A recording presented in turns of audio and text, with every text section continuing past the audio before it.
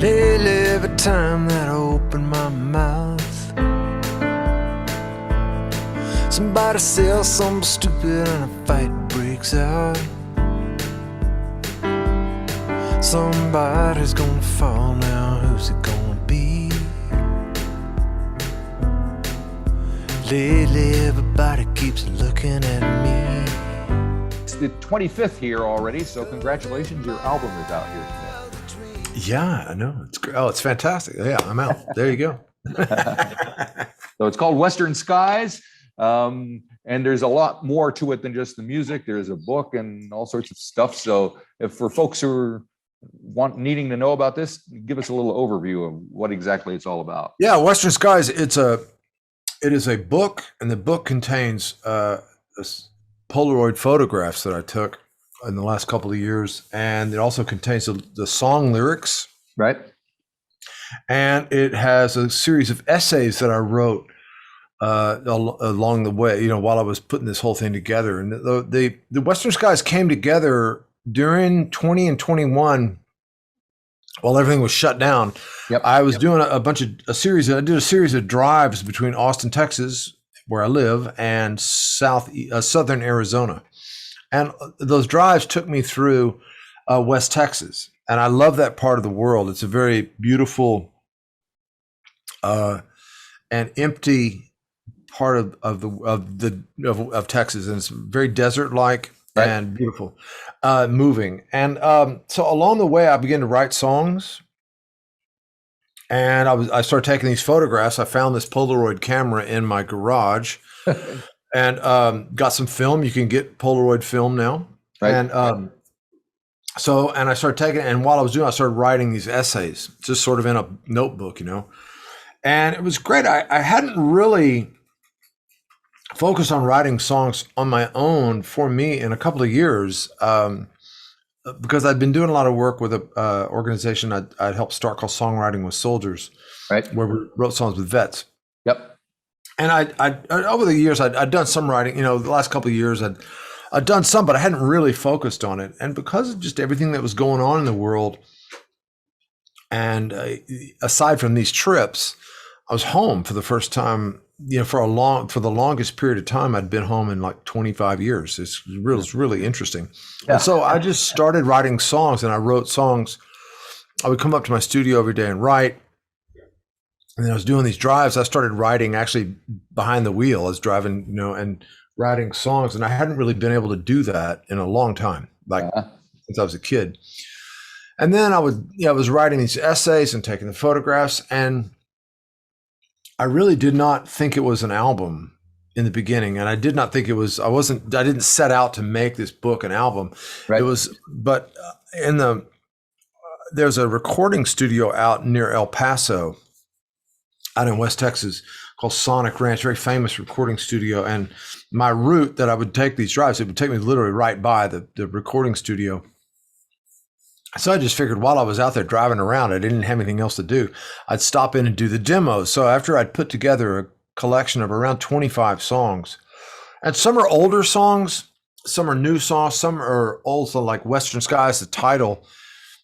It was actually originally written 13 years ago. And then I found the lyrics in my piano bench, was right behind me here. There's my piano. Oh, yeah. And I found the lyrics in there, but it had like 12 verses or something. It's crazy. But I sort of, some are old songs, new songs. And I stopped at this recording studio and spent 3 days working there. And while I was there working on these demos, I kind of realized that the photos, the songs, and the essays, they hung together in this really interesting way. And I saw it just like I envisioned this book that held all of that stuff with an album that goes with it. And so that's when the project kind of came into focus, and I was able to then approach it from more of a clear direction. Gotcha. Yeah. Well, you mentioned Western Skies and the lyrics. I think my favorite lyric on the album is, "The truth is just a train that came too late." Time is not the only thing that flies for us now. The heart heart is not the only thing that breaks. Your memory is all that keeps my feet upon this earth. The truth is just a train that came too late. That was a lucky lyric. Well, sometimes you get lucky. Yeah, right.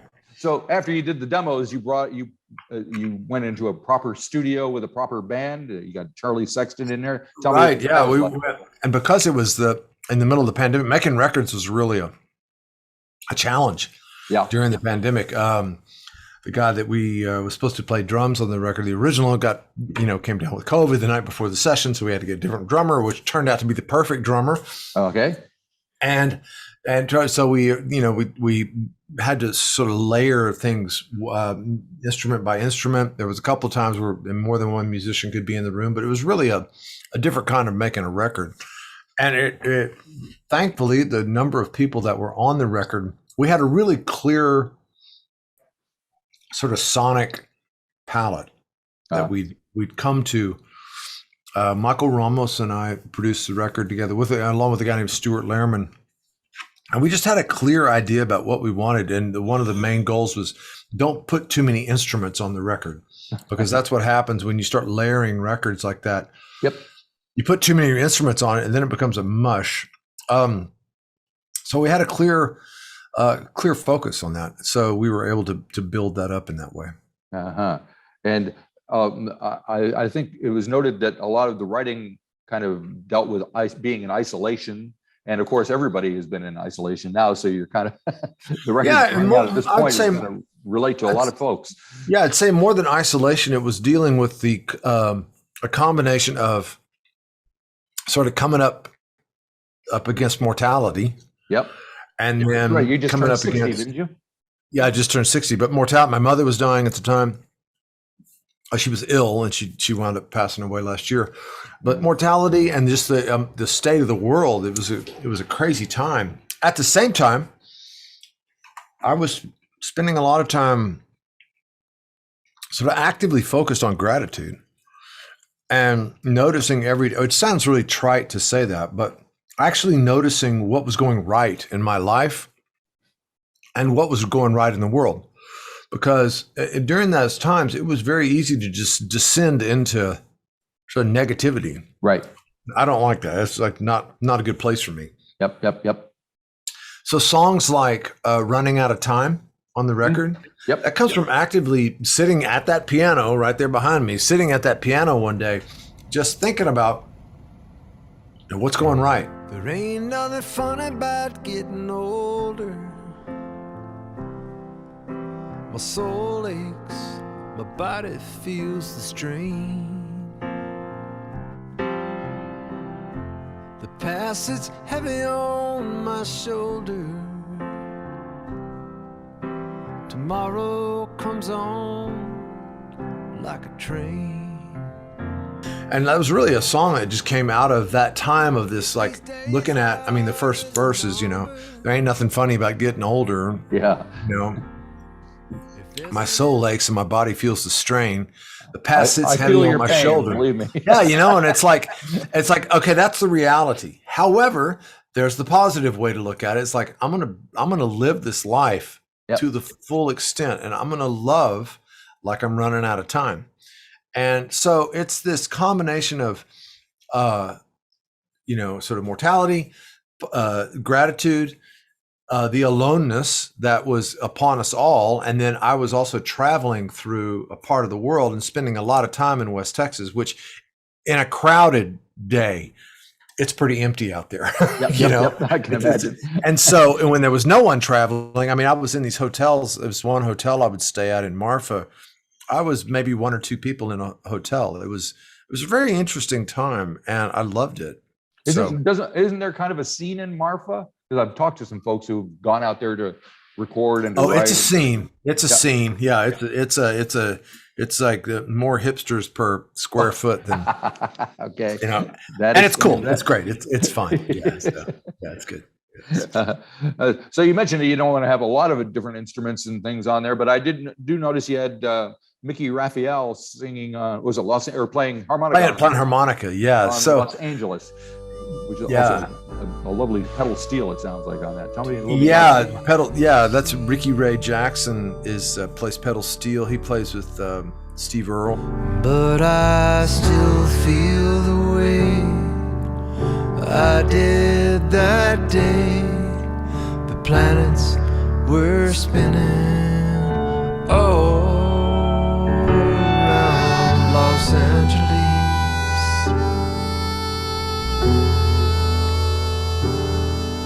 Los Angeles. Mickey, Mickey, of course, plays harmonica for Willie Nelson and has forever, Yep. And I'd been listening to a record here at the house. This harmonica player is a jazz harmonica player, actually from France, and we were just in the studio one day, and I went, God, I hear a harmonica on this, and the other producer looked at me and he goes, Really? Really? I said, yeah. And he goes, so like, who are we going to get? And I went, well, let's call Mickey. It's like, I know Mickey, Mickey. Well, let's just call Mickey. And it was and I called him. I literally called him. I said, hey, man, you want to play on a track? He's like, yeah, sure. I mean, I don't have anything to do. And because no one was on the road. So yep. Mickey wasn't playing. And it just reminded me of the beauty. He's singing the track. He does the harmonica, sends his back to us. And it just reminded me of the great, amazing thing of being in the music world for a long time. You meet people, you just do. You just run into people, and if you keep track of them, and if you call up your dream player, they might say yes. Yep, they might say yes, and that's. I mean, it's kind of like Charlie Sexton and Mickey Raphael and these guys, you just call them up and it's a really, it's a beautiful thing. I think a lot of people need to remember that. Like when you make a record, get your dream, try to get your dream team, because it could be they might say yes, Yep. Now one that's a little more quieter and laid back is I Can't Explain. It almost all has kind of a jazzy feel to it. Yeah. It's, that. I wrote that song with a woman named Grace Pettis, who's a young, writer who is amazing, and she came up with that. She had that title and that concept, and then every day when I wake up every day, I tend to have a guitar in my hand within 15 or 20 minutes. I sit down and play guitar, and for the last 10 or 15 years, the music that I'm drawn to in those early morning guitar sessions are American songbook songs. So songs from the 40s and 30s, 40s and 50s. They're just beautiful. And I also have done a lot of work around bossa nova stuff. I mean, I'm never going to make a bossa nova record, and this is not a jazz song, but those chords and the way of putting that stuff together, it's really evocative and beautiful. And there was a time in music when that was the standard. But when Grace came over, and we had these lyrics, I said, let me throw some chords at you. And I just started playing this stuff and that I made up on the spot kind of. And that's where that comes from. And the great thing was getting Charlie Sexton on that was really, and Roscoe Beck played bass on that. Roscoe, who was the bass player for Robin Ford for years, and he worked with Leonard Cohen for years. And Roscoe and I have been playing music together for about 25 years. I'm very grateful to have that relationship. He's actually we're doing live shows, and Roscoe's in the band, which is really a beautiful thing, so. Right. It's interesting. Yeah. I mean, aging is kind of part of this record, and it's a topic that you touch on. And you saying I'm old? No, not at all. Okay, I'm older than you are. I am. I just wondered if you were saying that so we could be in agreement. I'm older than you are. Anyway, for instance, I was talking to a gentleman who's kind of known as a funk soul kind of guy from the 70s. He's 78 years old now. And I asked him, well, what are you going to do next? And he's like, well, I think I might do a bluegrass album. And I'm like, what? And, so when you get to be a certain age, I think, does that free you to do other things and maybe you wouldn't have thought of when you were 20 or 30? Well, it's not necessarily the aging that's freeing. There's a couple of things. First off, it's like I've been around for a long time. So I'm no longer, you can't really be the new kid after 15 records, Yep. and and also when you've been around for a long time, people tend to stop not necessarily paying attention, but they're not they allow you a bit of flexibility because it's like whatever, you go, if you want to go do that, you can go do that. And so I've made it a practice for the last 20 years really to explore things. So whether I'm exploring this style of, not really, there's a part of me in every record, but it drifts, but I don't know that it's age that allows me to do these things, but there is a certain God, how can I say that? There's a certain well, it's like running out of time.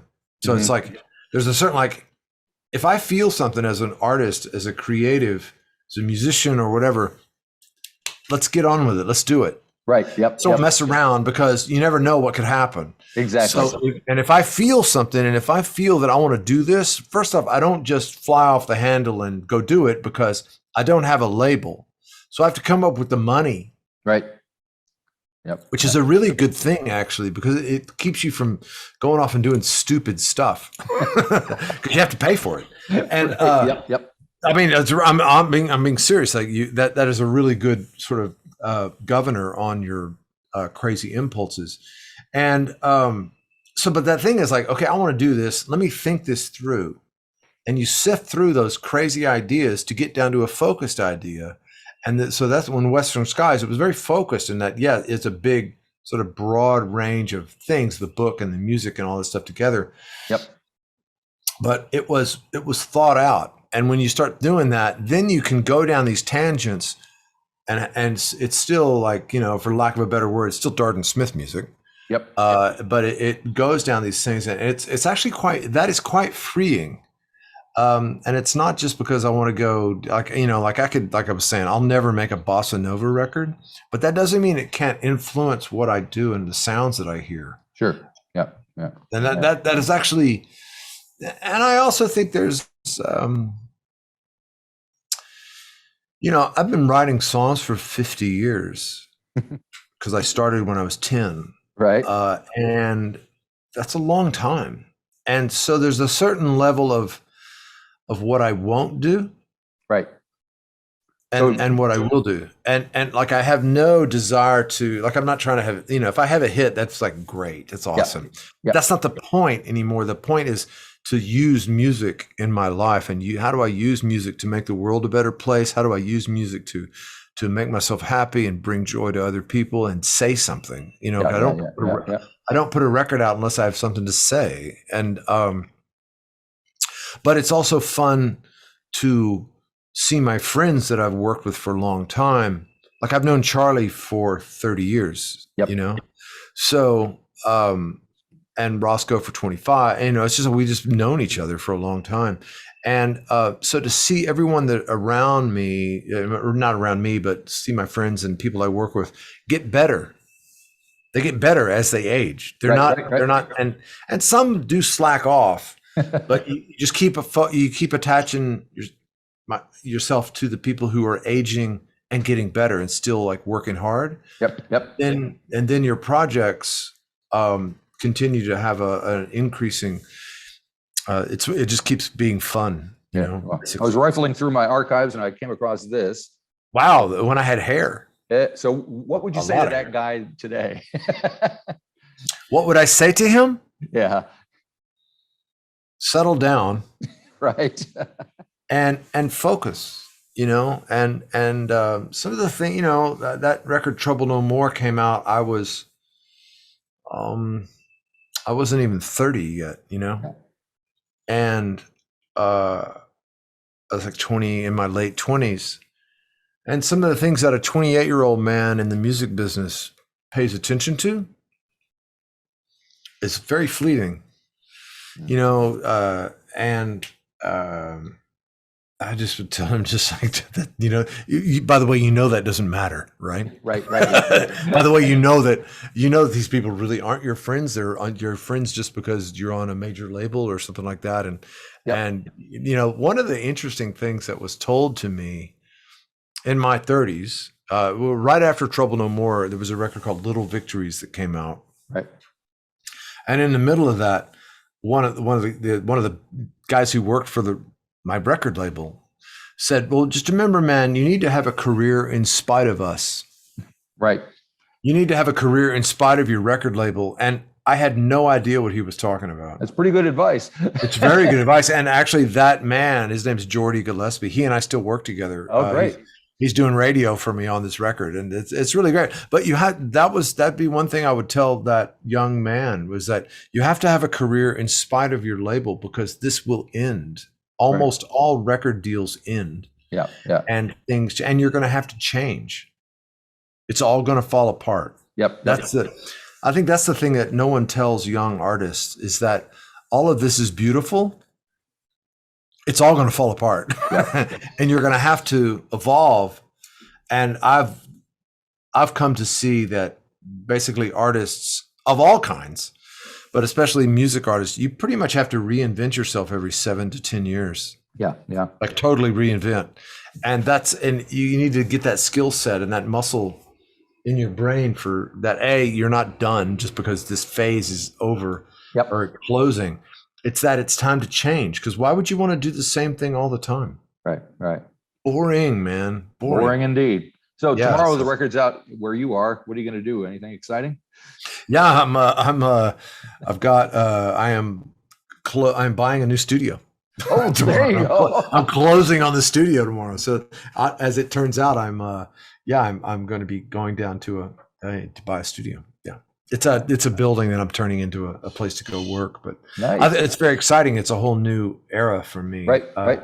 Yep. So that's what's going on tomorrow. And then it's like these days when you put a record out, it's like you just do a bunch of social media posts and and go do a gig. It's just a funny time. But I'm very excited. I've been working on Western Skies. Took 2 years to put together.